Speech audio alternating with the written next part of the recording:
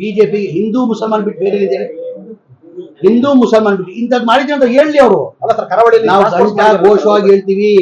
ನಮ್ ಸರ್ಕಾರ ಇತ್ತು, ಸಿದ್ದರಾಮಯ್ಯ 2013 ಹಿಡ್ಕೊಂಡು 2018ವರೆಗೂ ಮುಖ್ಯಮಂತ್ರಿ ಆಗಿದ್ರು. ಇಂಥ ಭಾಗ್ಯಗಳು ಕೊಟ್ಟಿದೀವಿ. ಇನ್ನು 2023ರಿಂದ 2028ವರೆಗೂ ನಾವೇನ್ ಮಾಡ್ತೀವಿ, ಮುಂದಿನ ಚುನಾವಣೆಯಲ್ಲಿ ನಮ್ ಸಾಧನೆಯನ್ನ ತೋರಿಸಿ ನಾವು ಮತ ಕೇಳ್ತೀವಿ. ಇದು ಪೂರಕವಾಗಿ ಕುಮಾರಸ್ವಾಮಿ ಇಲ್ಲ, ನಾನು ಅದೇ ಪಕ್ಷದಲ್ಲಿದ್ದವನು.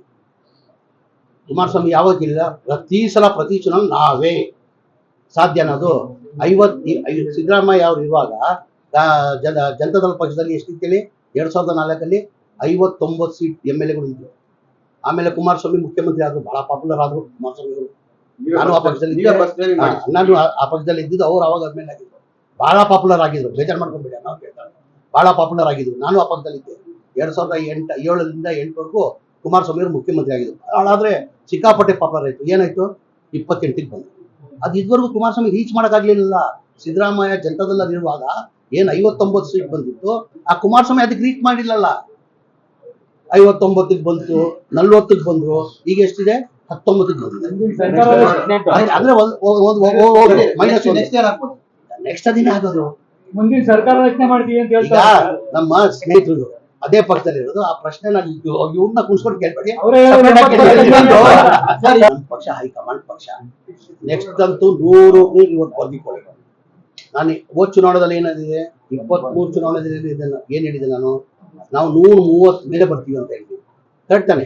130. ಈಗ 140 ನಾವು 136 ಬಂತು. ಈಗ 3 ಬೈ ಎಲೆಕ್ಷನ್ ಜನ ಏನು ಗೆಲ್ಸು 3 ಸೀಟ್ ಬಿಜೆಪಿ ಗೆಲ್ಬೇಕಾಗಿತ್ತಾನೆ.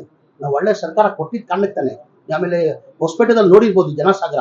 ನಾನು ಅಲ್ಲೇ ಜಿಲ್ಲಾ ಉಸ್ತುವಾರಿ ಮಂತ್ರಿ, ವಿಜಯನಗರಗೂ ನಾನೇ ಜಿಲ್ಲಾ ಉಸ್ತುವಾರಿ ಮಂತ್ರಿ, ಬಳ್ಳಾರಿಗೂ ಜಿಲ್ಲಾ ಉಸ್ತುವಾರಿ ಮಂತ್ರಿ. ನಾನು ನಿರೀಕ್ಷೆ ಇಟ್ಟಿರ್ಲಿಲ್ಲ. ನಾನು ಏನಿದ್ರು 1.5-2 ಲಕ್ಷ ಜನ ಬರ್ಬೋದು. ವಾಲಂಟ್ರಿ ಜನ ಬಂದ್ರು. ಒಳ್ಳೆ ಸರ್ಕಾರ ಕೊಟ್ಟಿದ್ದಕ್ಕೆ ಕಾರಣಕ್ಕೆ ತಾನೆ ಜನ ಬರೋದು. ಸುಮ್ ಬಂದ್ಬಿಡ್ತಾರ ಜನ, ಅದು ಮಳೆದಲ್ಲಿ. ಅಂತ ಮಳೆದಲ್ಲಿ ಜನ ಬರ್ಬೇಕಾದ್ರೆ ಕಾಂಗ್ರೆಸ್ ಪಕ್ಷ ಒಳ್ಳೆ ಸರ್ಕಾರ ಕೊಟ್ಟಿದೆ ಅಂತ ಇವತ್ತು ಜನ ಬರ್ತಾರದು. ಯಾರೇನ್ ಹೇಳಿ ಇವತ್ತು ನನ್ನ ಮಾತು ಬರ್ದಿಕೊಳ್ಳಿ.